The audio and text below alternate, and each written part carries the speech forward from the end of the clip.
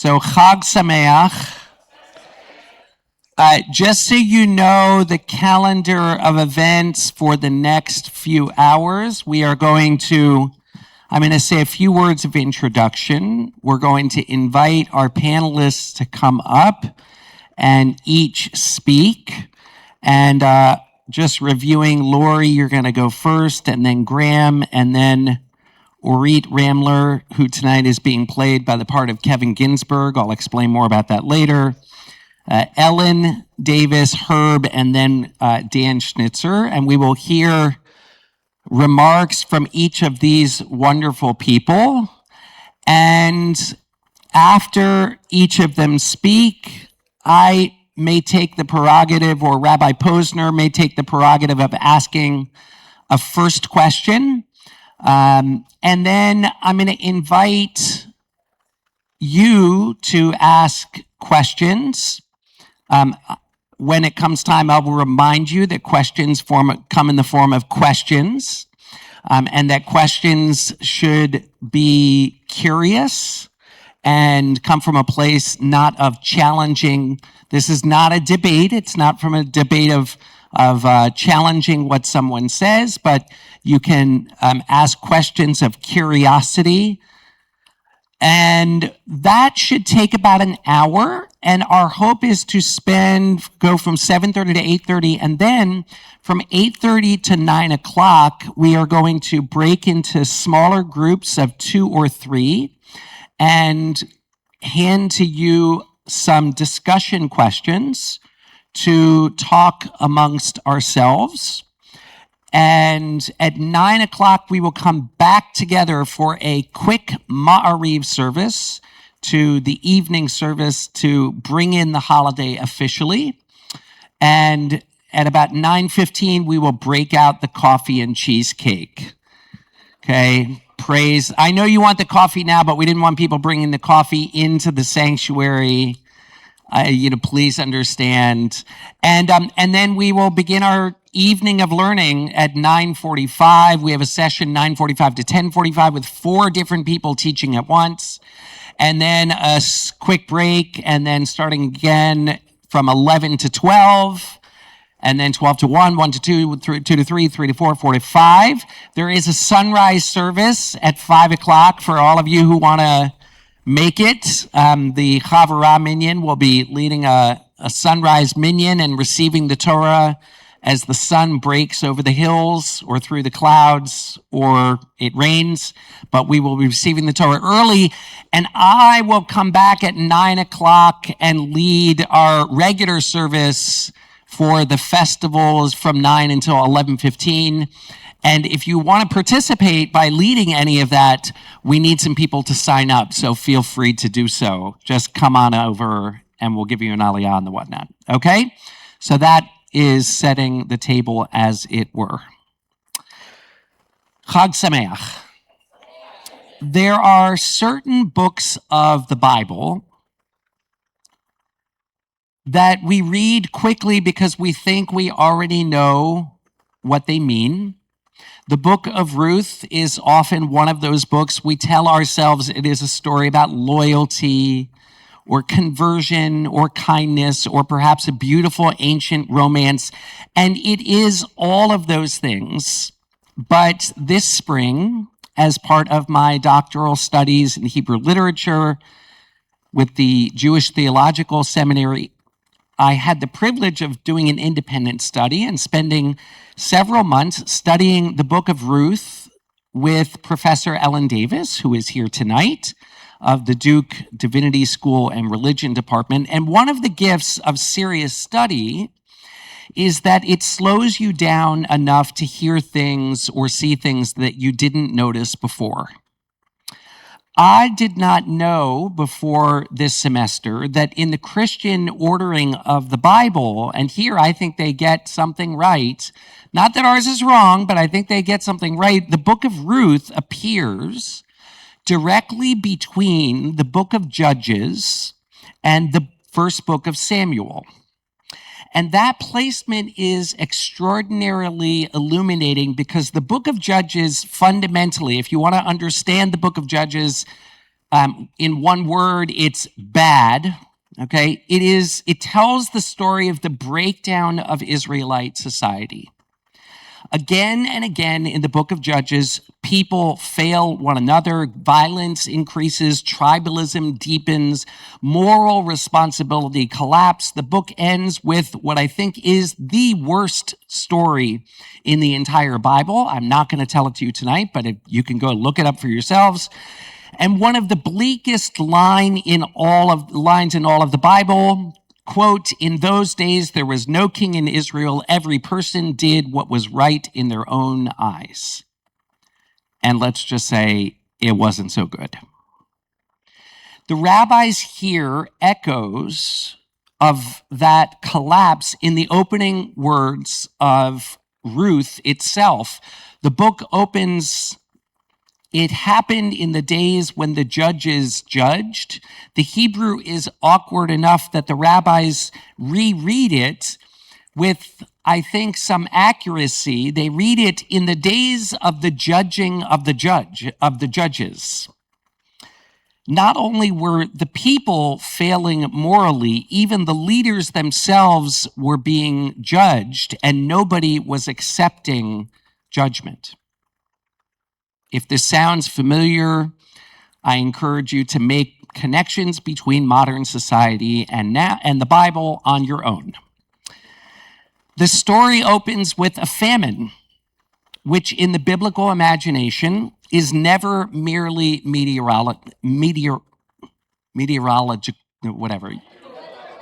Thank you. I can't say it tonight.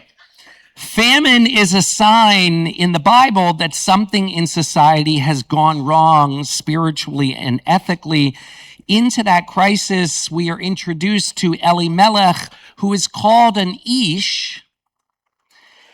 And an Ish, I actually want to just double click on the word. I have a theory that if you go back to the book of Exodus, you encounter this word Ish in a very important situation, which is Moses sees an Egyptian taskmaster beating an Israelite, and it says, "Vayifen cho v'cho ve'ein ish." He turned this way and that, and there was no man.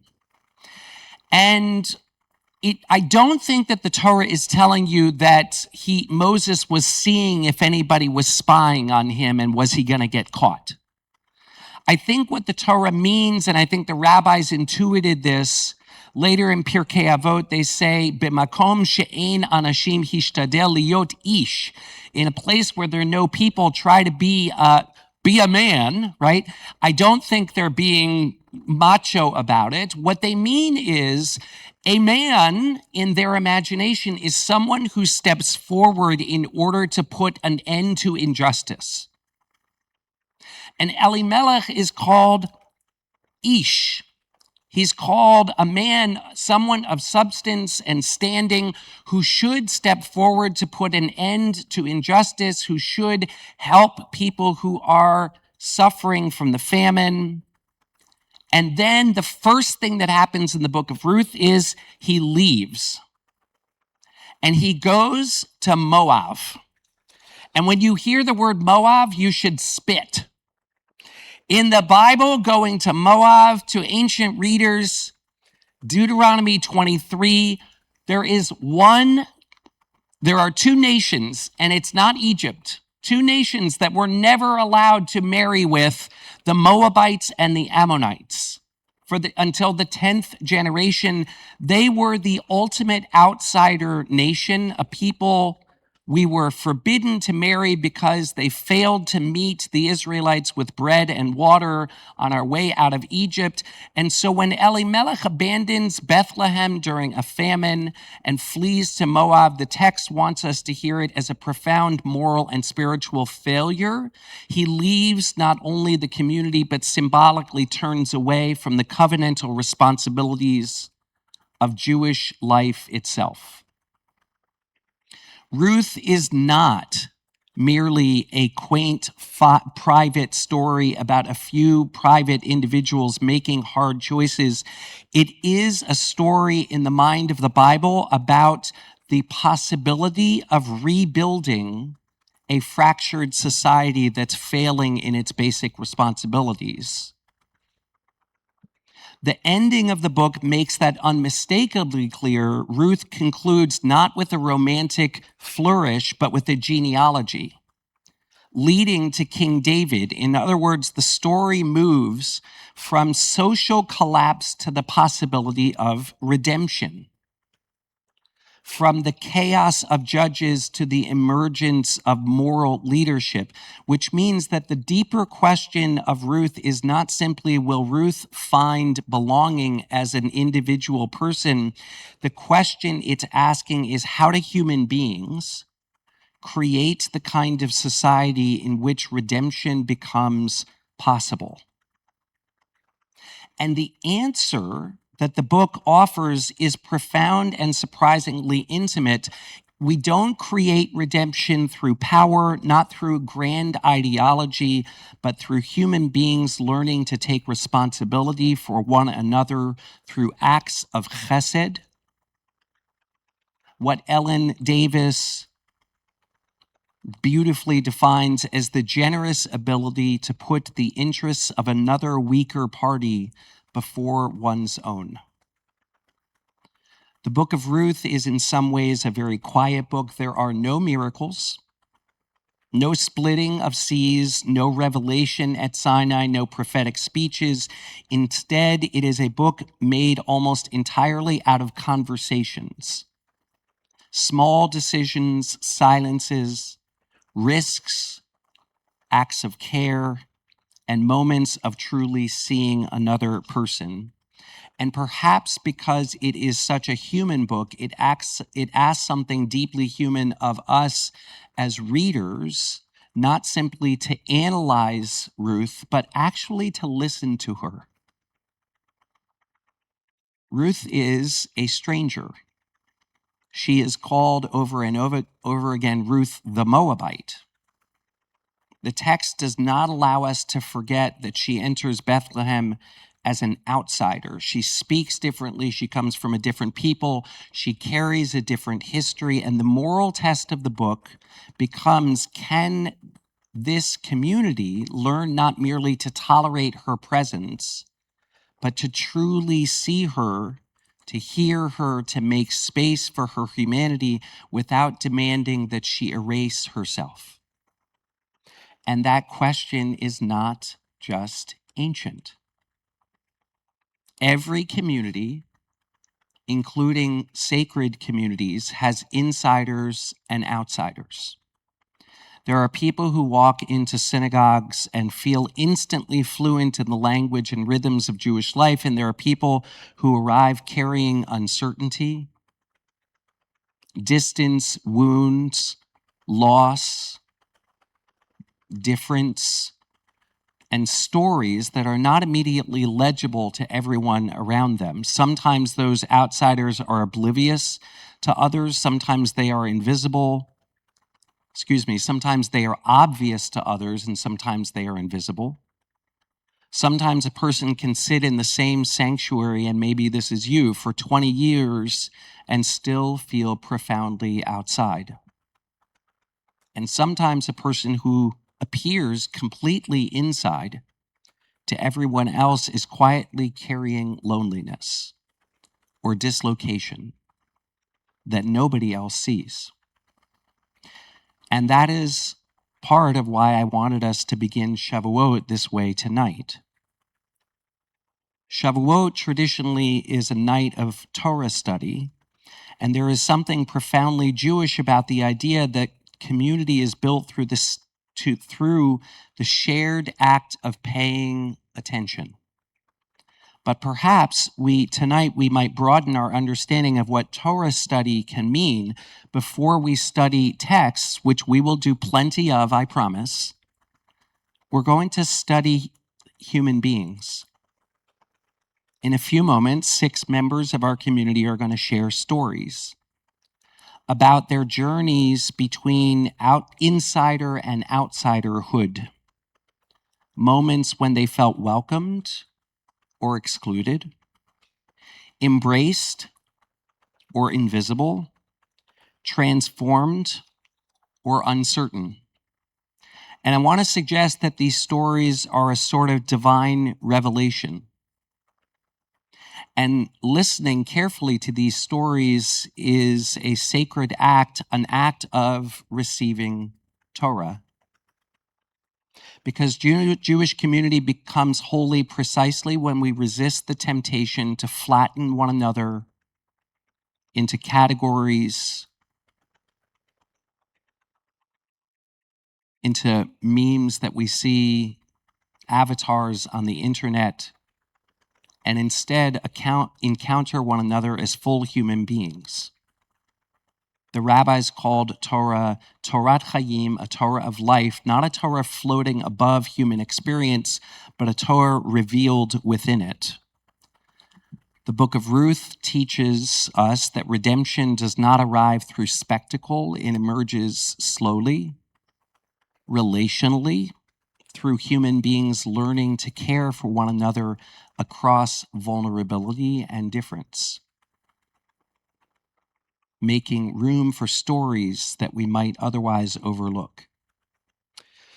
So, I invite you to sit up in your chairs and to prepare to listen generously, to listen curiously, to remember that every person sitting beside us carries a story that we do not fully know.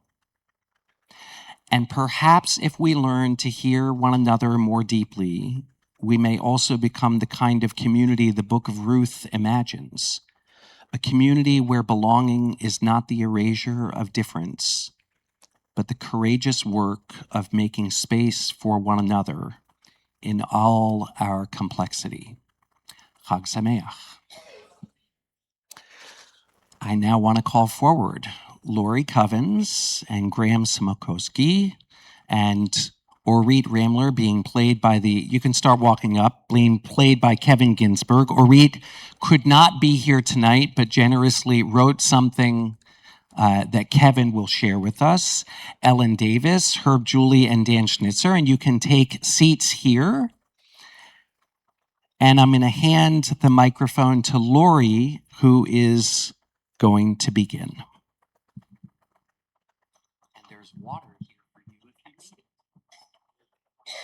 And let's give them all a round of thanks and applause.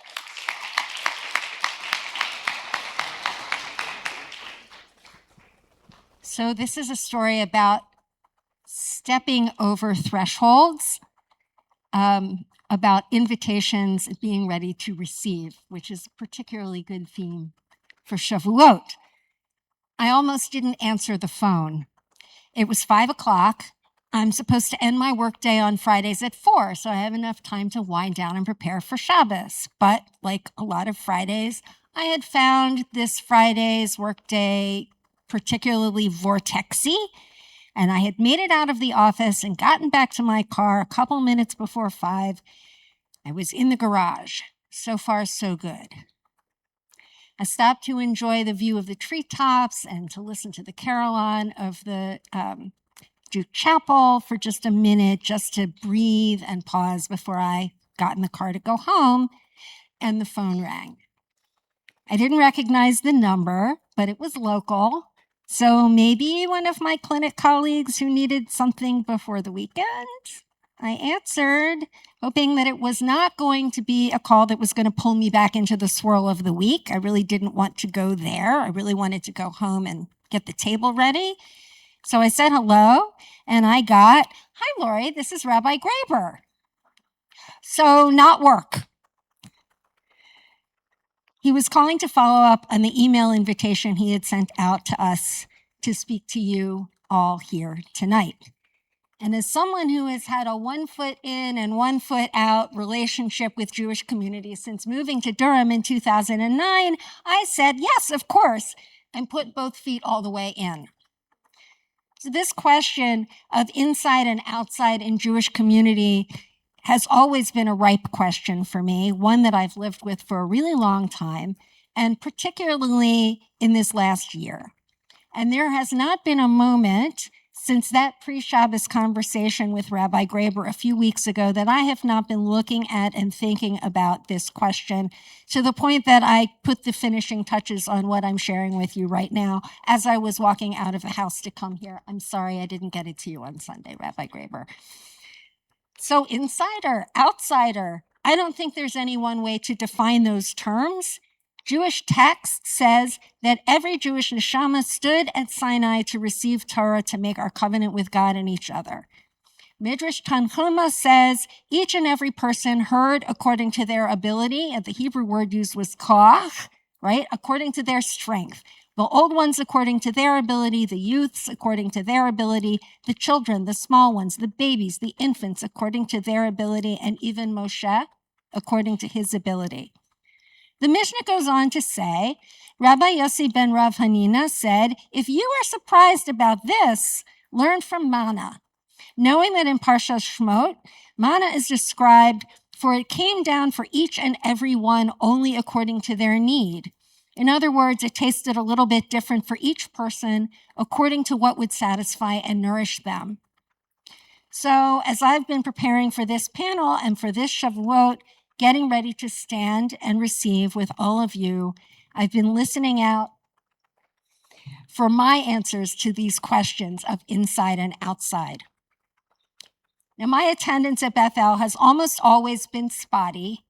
Energy limiting health stuff, work obligations, and the general state of being a recovering Jewish professional. More about that another time. But basically, it means I was on the clock all the time for many, many years at a time and had multiple roles and found it a great need to step out of that and have been adjusting ever since. And it's been a long time to what it means to be Jewish and inside in some way other than that. It means I don't always have the oomph to get here. And especially since COVID, all the online options that we have gives me an easy out to being here in person. But something happened spring a year ago when my stepdad Gideon died.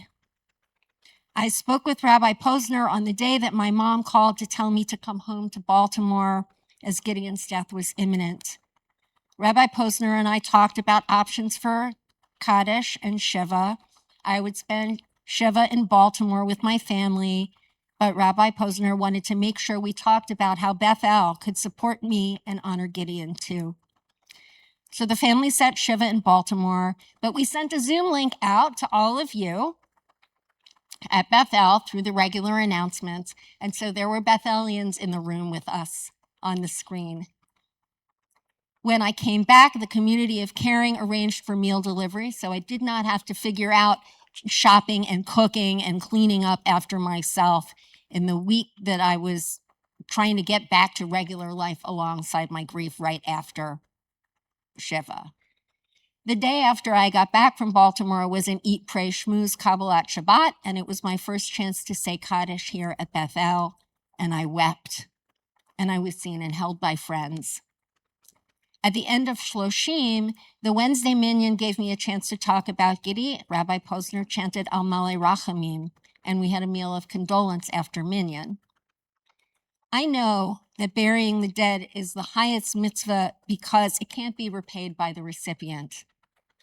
But I have to tell you that the comfort and community offered to me by Bethel this year has been something I never imagined, and I couldn't begin to know how to pay it. A few months ago, I met with Rabbi Graber because I was feeling at a loss as I neared the end of the 11 months of Kaddish for Gidi. With my role as a mourner coming to an end, I was really grieving the loss of that container for my grief, and I was struggling with how I could honor Gidi at the upcoming unveiling. And I didn't really have a question to ask Rabbi Graber. I came in, I told him what I was thinking and how I was feeling, and I didn't have a question to ask. I think I actually asked him, what do you got? And what he offered me was a question. How would you describe Gidi's Torah? I started thinking about what was essential about my stepdad and essential to him and how I could honor that at his unveiling, but in all the ways that also translated in an ongoing way into his memory being for a blessing. Rabbi Graber also talked to me about how the end of Kaddish and the unveiling created a time and a place to consolidate grief and memory, to give it some kind of container. And that was an almost instantly comforting thought, because things were not coming to an end. I wasn't expected to turn off my grief. I'm a therapist. I know you can't do that. But it gave me a reframe, right? A new way to think about this. I thought about how Shabbat and holidays, sacred time in the Jewish world, have a beginning and an end, and how the act of lahavdil makes something holy. I realized in that moment that my role as a recognized mourner in community was ending, but it was changing into the opportunity to be one of the people who show up, to make a place for others mourning a loss. I knew how profound it was for me to be held in that space by people I didn't know and who didn't know me, but who we came to recognize each other, whether on the screen with Renee Jasherin or here on Wednesday mornings, and how important it was and how sacred it was just to show up and be there for people who need it. Something else happened during those 11 months too. Somewhere early in my Wednesday Minyan attendance, I got into a conversation with Elliot about how hard it was for me to get here regularly because my energy is really pretty limited a lot of the time. And that sometimes I stay away because it just feels weird to show up out of the blue. And when I do get here, it's often not until the Torah service, and sometimes it's lunch, and sometimes it's for learning after lunch. And he reminded me that I was welcome anytime for as long or short a time, however infrequently, at whatever time I show up. Feeling like an insider is really for me about making a decision to walk through a door, but also warm invitation and being ready and prepared to accept it. Both of those things have to happen. I have to be willing to hear the invitation, and the invitation is there to be received. To lower my threshold to participating and showing up as I am, according to my strength. And this year, my Torah has been one of showing up with a very generous definition of what that means. Usually at the approach of any holiday, including Shavuos, there's some part of me having a tantrum, kicking and screaming and saying, I'm not ready. I haven't prepared. I haven't done something I've made up in my head that says that I'm worthy of being in this moment. But this Shavuos, it seems like all that is required right now to be an insider, to receive whatever Torah is meant for my ears to hear, is to just show up. Hineni.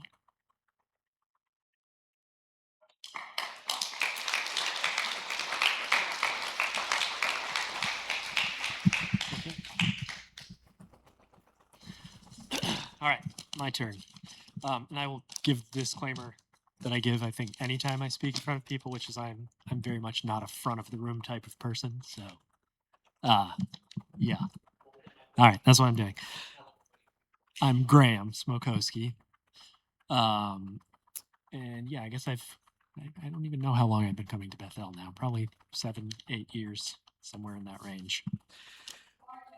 Okay, thank you. Like I said, not a front of the room sort of person.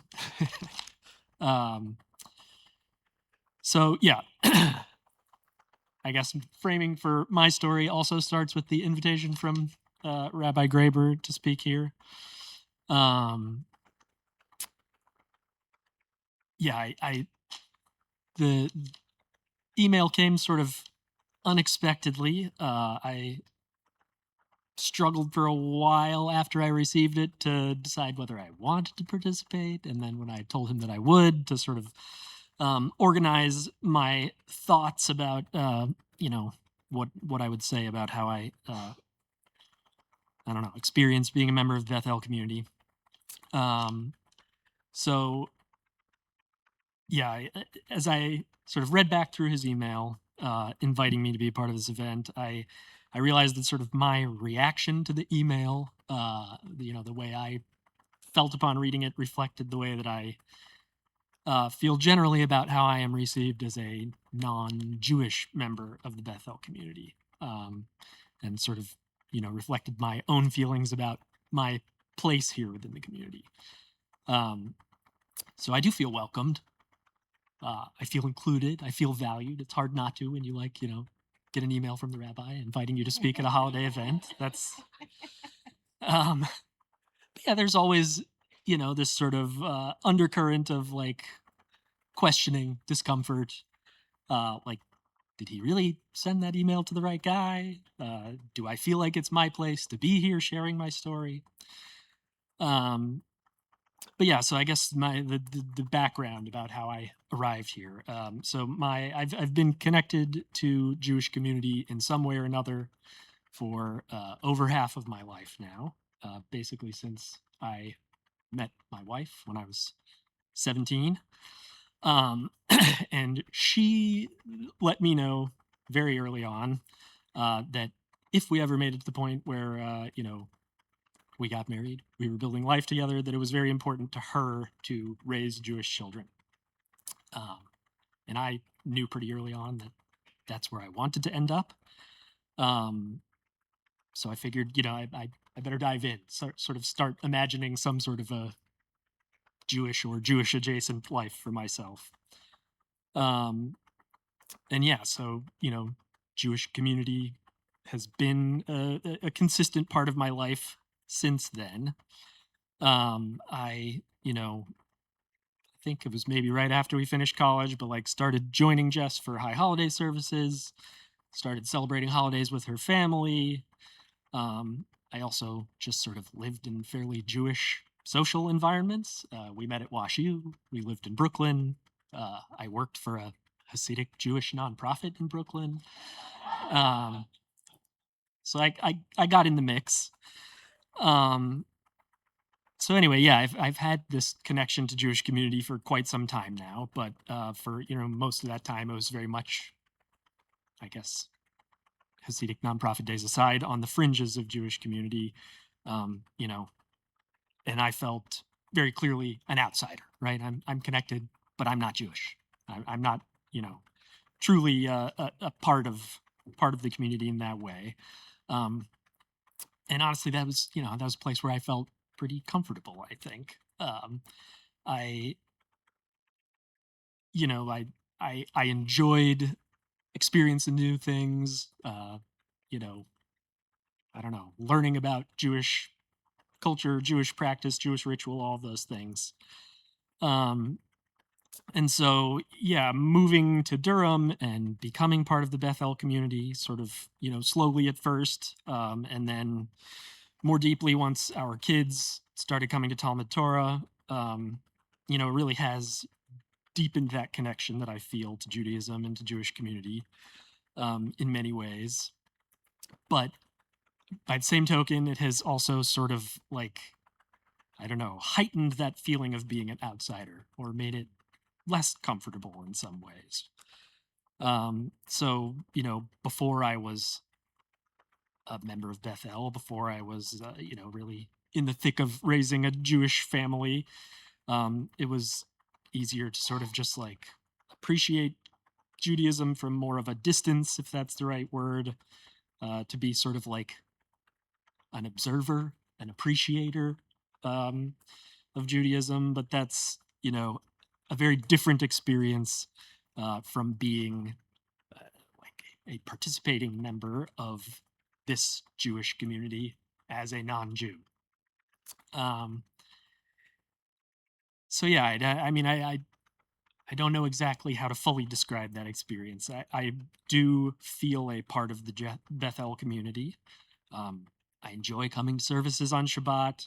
I like seeing familiar faces around, in the sanctuary, in the neighborhood. I'm lucky enough to live nearby and see other Bethel folks around. And I like the familiarity of it. I like hearing familiar prayers when I'm here. I like learning from Rabbi Graber and Rabbi Posner and all the very interesting people that come and speak here. I love that my kids spend so much time here, and that at least occasionally want me to spend time here with them. Um, and yeah, in general, I feel like Bethel, Judaism, Jewish community has been, a real point of connection with my kids, and that feels very valuable to me. Um, so yeah, I guess that's a bit of the insider element of things, but I do also, being here regularly, certainly notice times when I feel difference or when I feel out of place. Like I show up pretty regularly on Shabbat, and I notice that I am maybe the only adult man in sanctuary not wearing a talit.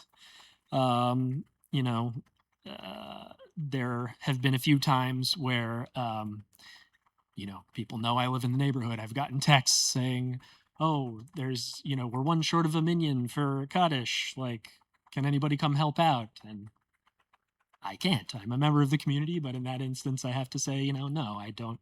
I don't count that way. Or my oldest daughter became bat mitzvah this last year, and I was very involved in the lead up to that and helping her study, helping her prepare. Um, but, I couldn't join Jess at the Bima for an aliyah. So yeah, I am a member of the community. I feel welcomed. I feel included. But there are sort of limits to that, right? Like there are ways that I can't fully participate, or moments that heighten that sense of difference. But so as I was thinking about it, I guess it's kind of like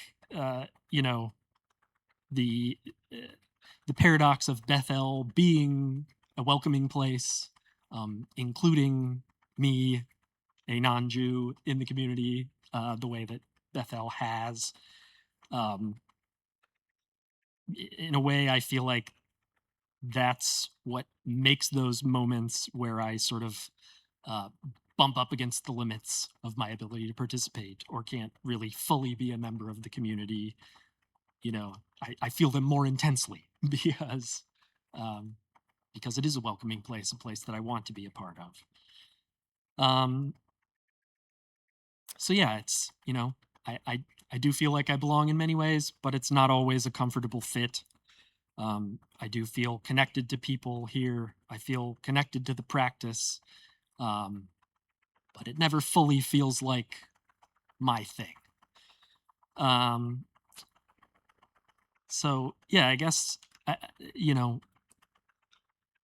don't know if I'm up here as sort of like a representative of those of us non-Jews in the Bethel community, but I would say I guess I hope that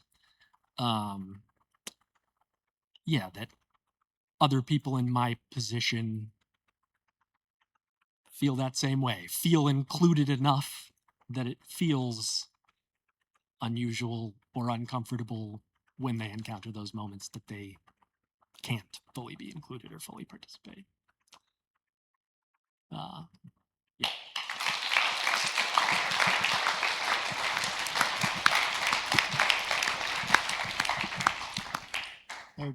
Jessica, I hope you take no offense at this, but your father, Herman Sperling, Graham's father-in-law, has told me on a number of occasions that he considers Graham to be the most Jewishly active member of his family.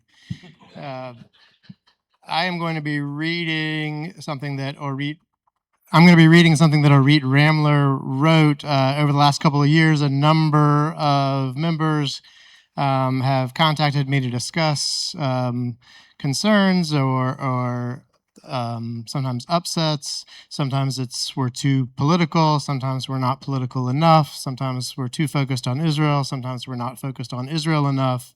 And the common thread that I see from all of it is just that people do want to feel like they have a home here, and there could be an equal but opposite story to what Orit wrote that I think would have the same heart to it. So Orit says, When I moved to the United States from Argentina 28 years ago, I learned something that nobody tells you about immigration. Cultural adaptation is not a destination. It is a journey that never ends. I think of it like a constant operating system upgrade. Every new stage of life, every new situation requires another update. And 28 years in, I'm still upgrading. I was born in Israel, but my childhood was spent in 6 different Jewish communities around the world. My parents, originally from Argentina, were emissaries of the Jewish state, bringing Israeli innovation and support to developing countries. I grew up knowing what Jewish community looks like in many different places, and in every one of them I found a home. But when I came here, there were moments when I felt like an outsider. One of those moments had to do with security, and I'm thinking about it often as it is becoming increasingly relevant. In every community I had known before, security was non-negotiable. It was simply part of Jewish life. Guards at the door, barriers outside buildings, not because we wanted it, but because we understood the reality we lived in. Here, when I first raised those concerns, I was told, Orit, that's not applicable here. This is America. I felt like the paranoid outsider, the one seeing danger where others saw peace. I didn't come from another culture. I come from the real world Jewish experience, and that experience has taught us painfully that the unthinkable can happen anywhere. The other place I sometimes feel like an outsider is around the conversation of Israel. I'm a Zionist. I say that plainly and without apology. And increasingly, I feel that this core part of my identity is not just questioned, but sometimes treated as something controversial, even within Jewish spaces. And when that happens, it doesn't feel like disagreement, it feels like erasure. I don't need everyone to agree with me, but I do need to know that the pain of our people in Israel is not being dismissed, that having the Jewish state flag on the bima is not viewed as controversial or a political statement, but a Jewish identity one. Because when your identity is treated as controversial in the place that it is supposed to be your home, it pushes you away. And yet, when we came to Durham, something else happened too. Our kids enrolled in the Learner Day School, and through that, we met families who became our Chavarah. They brought us to Bethel, and it felt like coming home. My mother used to tell me whenever we moved, there is always a Jewish community waiting for you, a community that speaks your Jewish soul's language. Bethel was that community. It was the place that proved my mother's promise true. And a big part of that is leadership. Rabbi Sager of blessed memory and Rabbi Graber have a rare gift. They make people feel seen, not as categories, not as labels, but as human beings with stories. And that matters because belonging is not a slogan, it's an experience. Which brings me to something I've come to believe very deeply. Belonging is about behaviors, not words.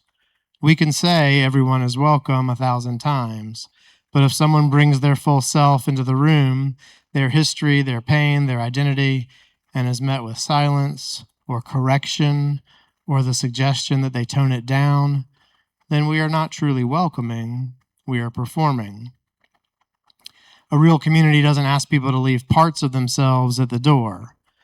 At the same time, I also believe something that may be a little uncomfortable.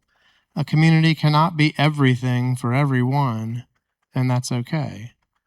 A strong community has a center, a clear sense of what it stands for. People choose to enter that space because they recognize themselves in it. But once they are inside, they need to be able to bring their full selves. Not a version of themselves, not a quieter version, not a more convenient version, their full selves. So if I could say one thing, both to this community and to anyone entering it, it would be this. Meet people, tell them your story, ask to hear theirs, bring your full self, don't shrink, don't edit, because the truth is, what makes a community like this extraordinary is not that we are all the same, it's that we're not. We are people who have come from everywhere, carrying everything, and when we allow each person to bring all of who they are, that is when community stops being a building and becomes a home.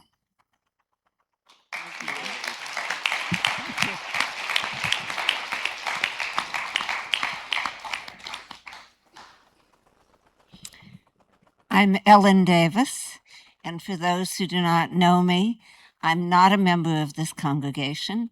I am a Christian, and I am frequently in this space as a participant, a not counting participant, in Shacharit on Wednesday mornings, following the extraordinary invitation of Rabbi Graber on the day my husband died some 3 years ago. I found that those prayers at Shacharit spoke to my soul, and the community of prayer and study has welcomed me as what I shall call a recognized outsider, and I'll explain that shortly. This has been participation in Shacharit and in Kaddish has been the greatest liturgical blessing of my experience of widowhood. There is nothing in Christian liturgy comparable to the extended practice of saying Kaddish, and it's a grave lack. As one of my Gentile friends said, someone who, like me, appreciates Judaism from the outside, it may be the kindest thing in Judaism.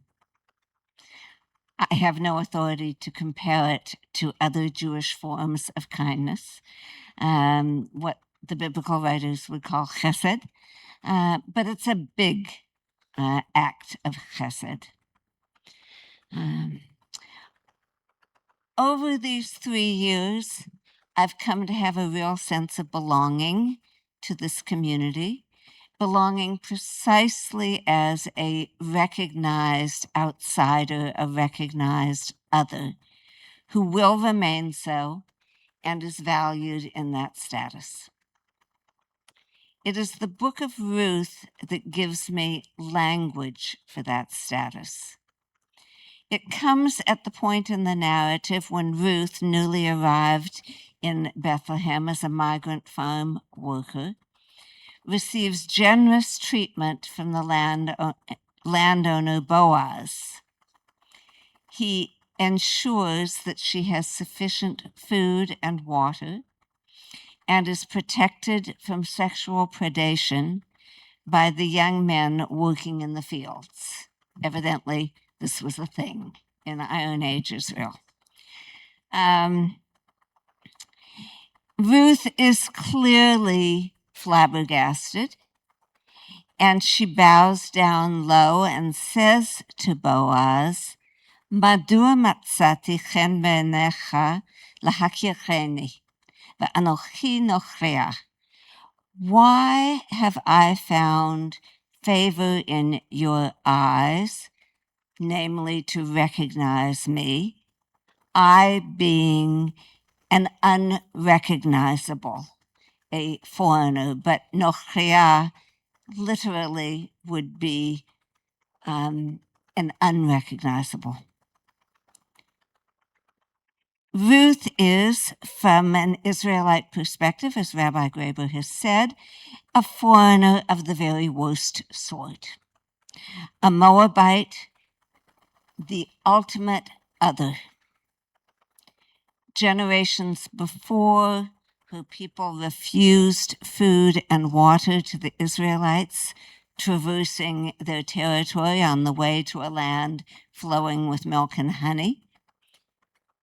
And so now, Boaz reverses history, you might say, by giving water and food to Ruth, granting hospitality to the notorious, the legendary other. That speaks to me deeply, as Christians have long been to Jews the ultimate other, the threatening and often death-dealing other, as the prayers of Shacharit implicitly recognize. I think especially of Shomer, praying for Sherit Yisrael, the remnant of Israel. And I think also of the Amidah benediction, in which we praise God for Pletat Sofrehem, those remaining scholars, the remainder of their scholars who have, presumably this means, escaped theological marginalization or death, in order to continue the work of study and teaching Torah. As a Christian, I should not be allowed to overhear those prayers, let alone join in them. And yet, week after week, I am welcomed, recognized in countless ways, spoken and unspoken. This is humbling. And I, in turn, recognize that gesture for what it is. A bold and gracious act of this community in reaching across lines of division that have been firmly in place for 2 millennia. Not erasing difference, but reaching across it in the kind of friendship that is tragically rare in religious and political history. Thank you.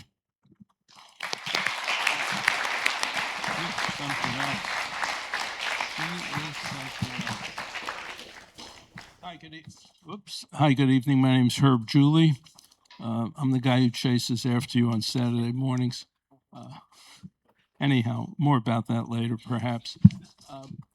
I want to begin by drawing a direct parallel between my parents.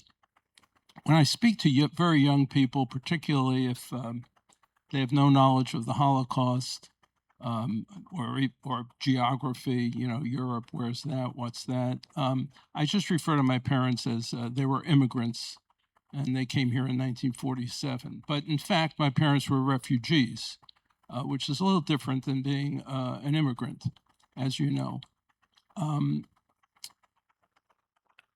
I was born in 1950 in New York City, so I grew up in the 1950s and the 1960s. Early on, by the late 50s, I knew I was in some ways very different from my friends. And I grew up as a gay man in New York, and it was very different in those days than it is today, hardly as accepting as it is today. I saw my parents and my older brother and we talked about it. We understood that our friends saw our mom and dad as outsiders. And I saw myself as an outsider. And I'm going to tell you a quick story. In 1962, to refresh everyone's memory, the Cuban Missile Crisis. I shouldn't say everyone's memory, but many of you. Rabbi, you don't have gray hair. At some point in 1963, I was not yet 13. We were racing around, it was 5 or 6 friends and myself. We were racing around our neighborhood and adjacent neighborhoods on our bicycles. And the leader of the pack, we'll call him that, the leader of the pack identified each guy with a nation. And he said, "Okay, Herb, you're the Russians," which I didn't feel very comfortable about, particularly after the Cuban Missile Crisis and knowing something about Jewish history and the Soviet Union and even pre-Soviet days. It turns out that it was that day when I found out that my friends ridiculed my parents because they spoke with this thick East European accent. Until that point, it was not apparent. If it was, I just missed it. I, as a gay man, some years later, I was rarely ridiculed, but my people were ridiculed. For reasons which are beyond the scope of this talk, our house was a very popular destination.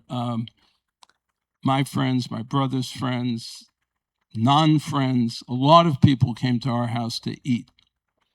And they loved the food and the quantities. So this group of friends, almost all of them, they were in our house eating a lot. And I decided that I was going to play the long game, and I'll talk about the long game again and again in my few minutes here. My parents played the long game. When they were being ridiculed, there were some American cousins, and there were many American cousins, American-born cousins, who were wonderful to my parents. But there were a couple who were nasty, very nasty. And then there were cousins of our cousins, but not our cousins, who were brutal. And they were probably that way to my parents' fellow Holocaust survivors. It wasn't about my parents. It was about outsider. So these kids would come to the house and stuff themselves, as we all did. And I would quietly walk up to one or another, not on every occasion, and I would say, heavy European accent. Quite a cook, my mother. And they knew what I was talking about. But I decided to just play the long game. I didn't call them out the day we were bicycling around, as shattered as I was. I learned early on that it makes sense to, and I'm hardly perfect at this, but to hold one's tongue.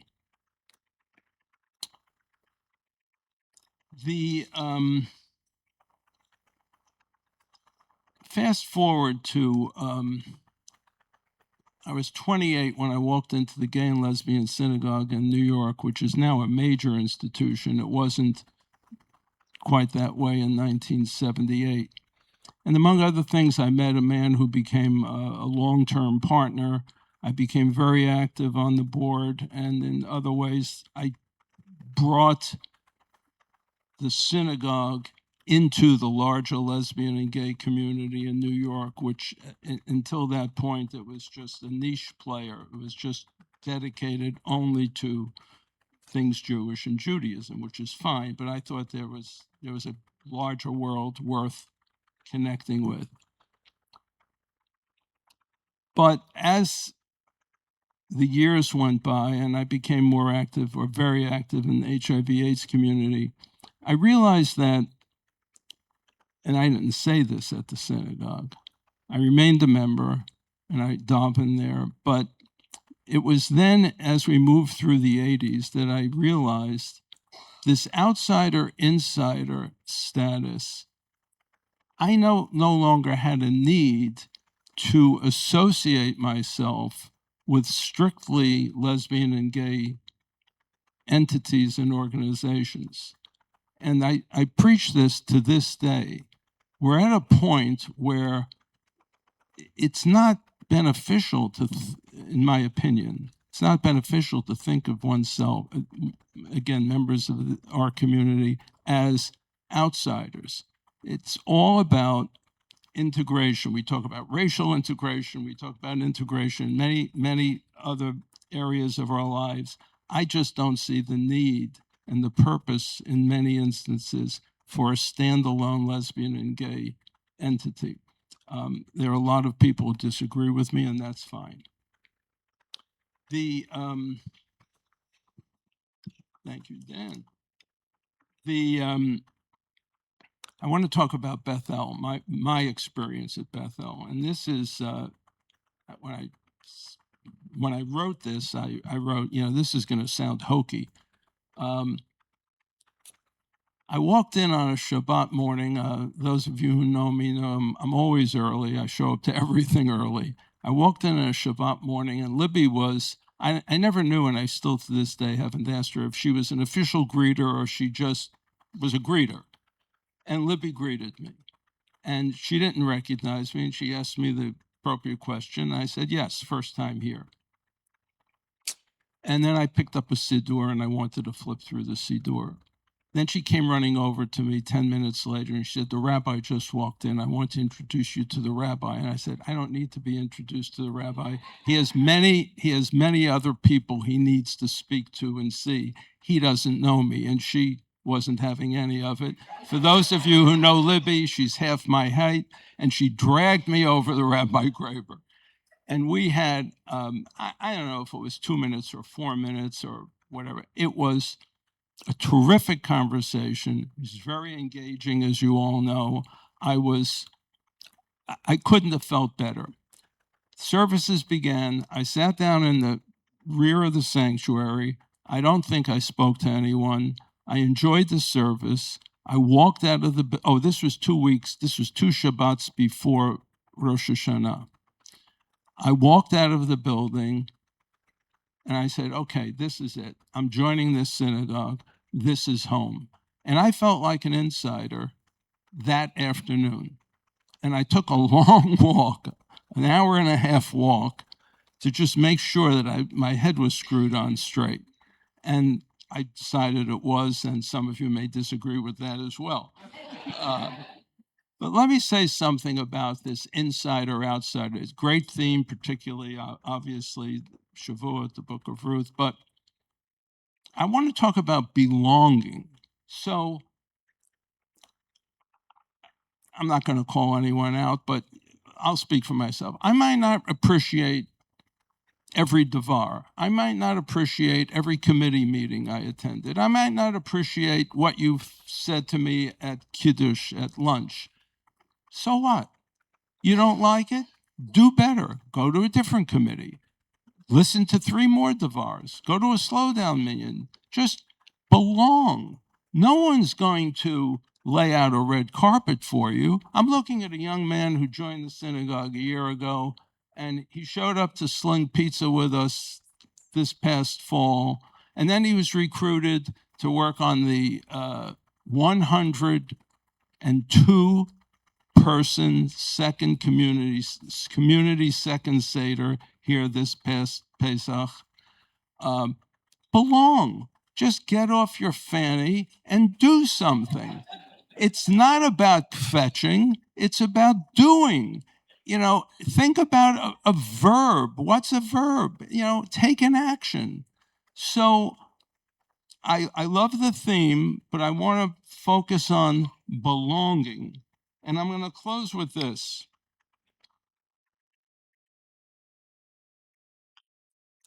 Again, those of you who know me well, I love history. I study history a lot. I read a lot of history. But what I'm also very curious about, and I make it my business to tease it out of people, and sometimes it doesn't require teasing. I want to hear about Bethel. Not the Bethel I'm experiencing, the Bethel that I didn't experience. So when friends talk to me about Gladys, whom I only saw in a wheelchair 2 or 3 Shabbats and didn't utter a word to her, when friends talk to me about Gladys in great detail, I'm all ears. I love that. I attended, and one was the garden in memory of Rabbi Sager, and I can't for the life of me remember what the other event was. I made a point of attending these 2 events that were centered around Rabbi Sager, who died several months before I showed up here. So I clearly never met the man. And I remember saying to Sabina some days after the second of some weeks after the second of those events, I'm beginning to have some sense of who the man was. I will never meet the man, but there are other people who have spoken to me in great detail about Rabbi Sager, and I could go on and on. Just Gladys and Rabbi Sager, I think I've made the point. Now, not everybody is as interested in history as I am, and that's what makes the world go round. So that's a good thing. And one more thing, and this was a little thing, but a big thing. Long before I was a third gabbai, I was attending services every Shabbat. And John Wall, for those who don't know, John Wall is one of our first gabbais, long-standing member of the synagogue and very involved in the ritual. He gave what I think was a 15-minute discourse. There are many of you who were here that day, I know that, on the history of the people who had been Gabbayim going back 30 or 40 years. It was fascinating.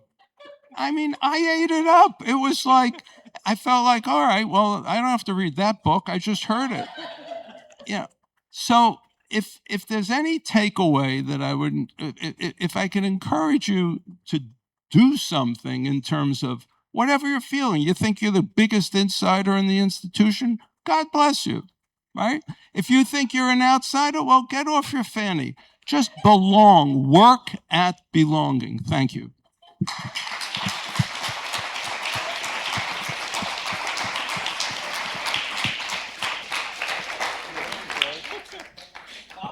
Yeah, I don't want to follow that. But the fundraiser in me is seeing like Bethel, get off your fanny. That was awesome.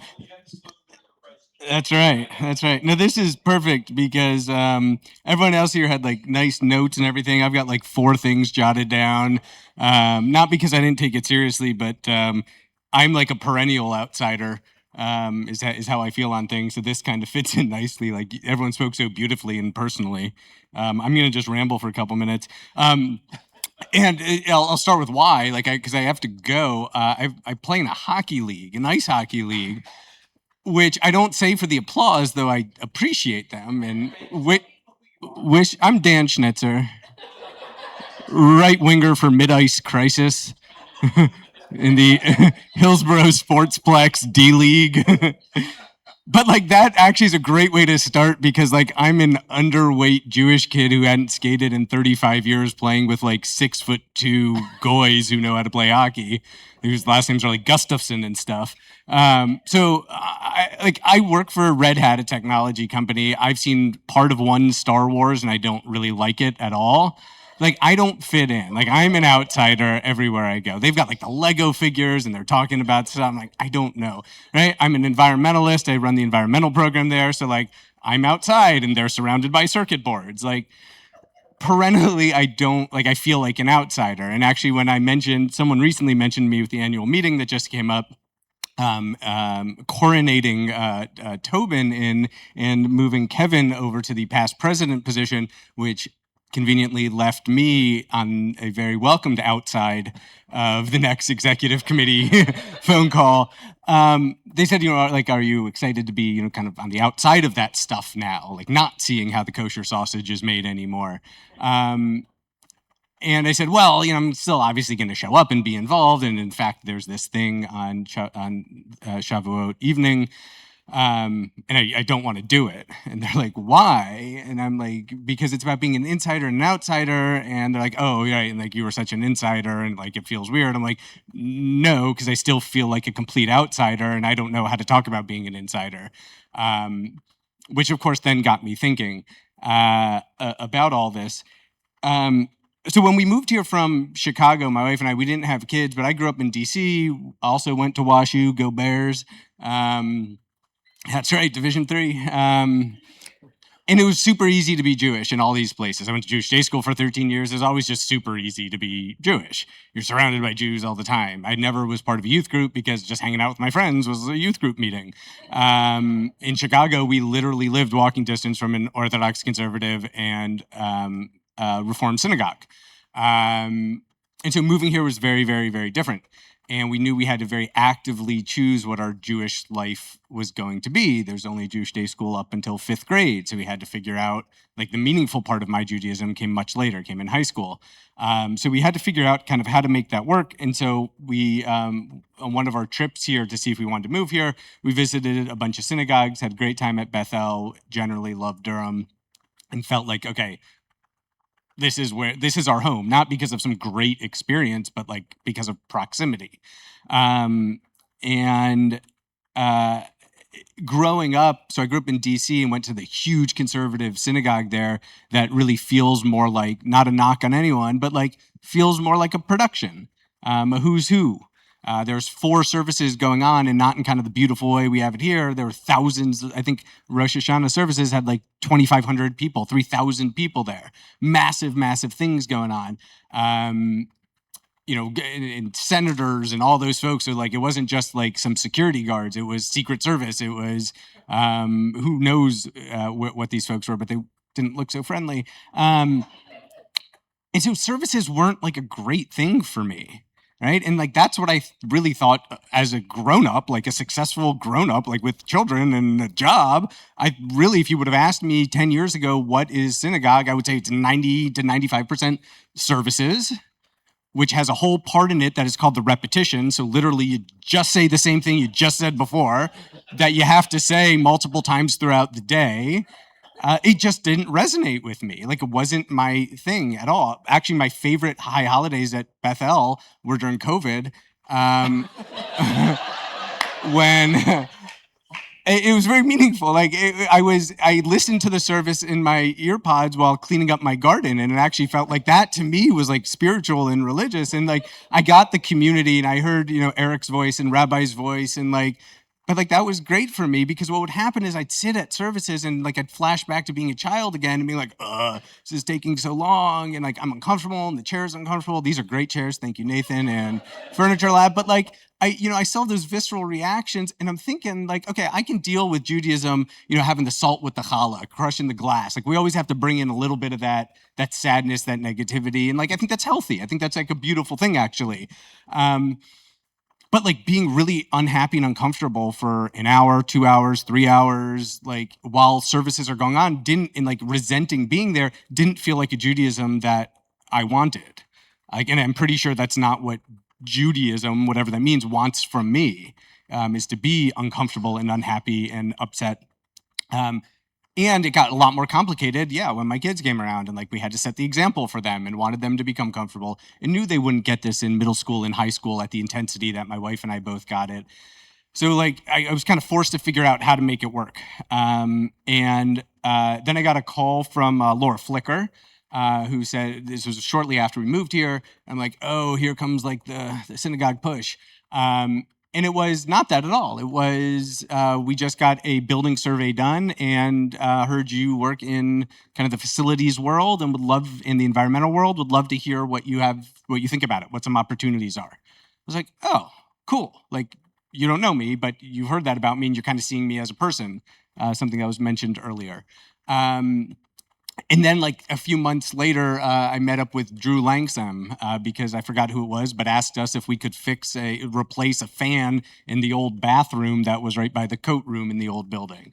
And I was like, yeah, like now I can show up to synagogue. Like we got a screwdriver and a drill. Like this is a service I could get behind. But it just started to feel more like that grassrootsy kind of community and all that. And just a couple more things that I have.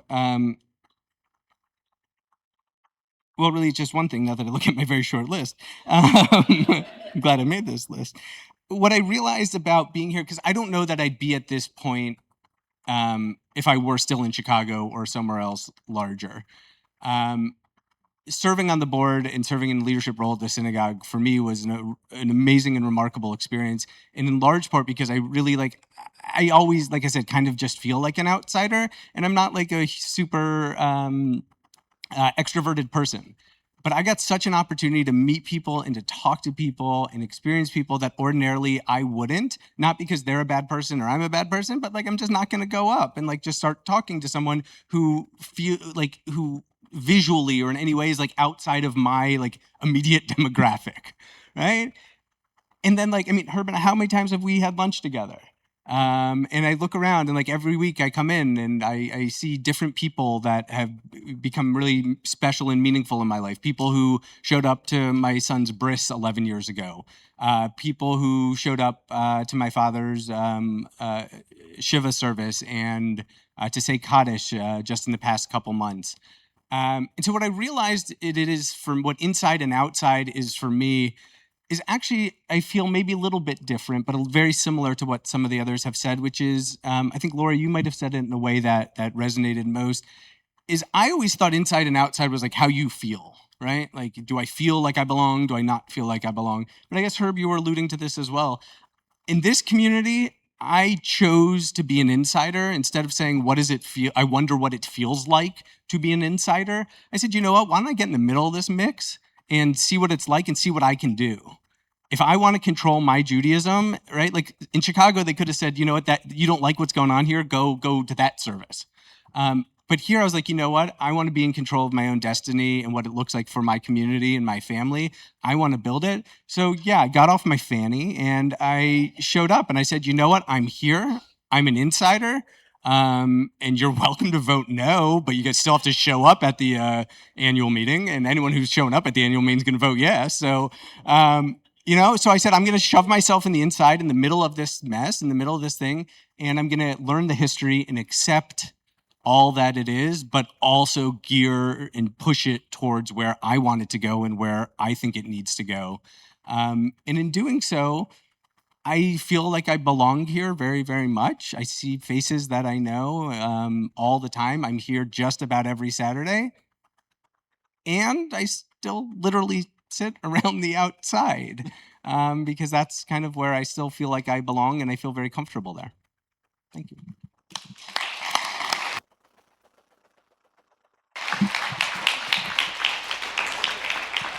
So I want to do two things. First, give another round of applause for these amazing people. I said in my introductory remarks that listening to these stories, that these stories are a sort of divine revelation, and listening carefully to them is a sacred act of receiving Torah. And I just want to say amen, as some of my Christian brethren have taught me to do. We are not going to, what I would like to do is to take 5 minutes. I don't want to just sort of break off into kiddush and schmoozing and everything, because in some ways I feel like that would be to let go of this holiness. I know that a couple of you are late and have to leave for hockey, and it's all good. It's all good. But I want you to find somebody who is a stranger to you in this room. Okay, I want you to find somebody who's a stranger to you in this room. Hopefully nearby. Okay, and I want you to. Rabbi Posner is handing out a sheet. There are great questions on there. I just want you to take the first one and answer it for 2 minutes and listen to another person for 2 minutes. That's all. I'm just asking 2 minutes, please. So let me read you the question. Shh, hold on to the holiness. Hold on to it. Ruth's story begins with her leaving everything familiar to walk into a community that isn't hers. Think of a time you entered a room where you felt like an outsider, a new job, a new city, a new gathering. And I want you to tell the holy face of the person opposite you, what is one thing that someone did that made that room feel a little more like yours? Think of a time you walked into a new place, a new community, a new room. Share with a stranger, okay? Don't do it with somebody who you know. That's cheating. What is one, and Sawa, you have to get up and go find somebody. What is one thing that someone did that made that room feel a little bit more like yours? Ready? 4 minutes. Ready, go.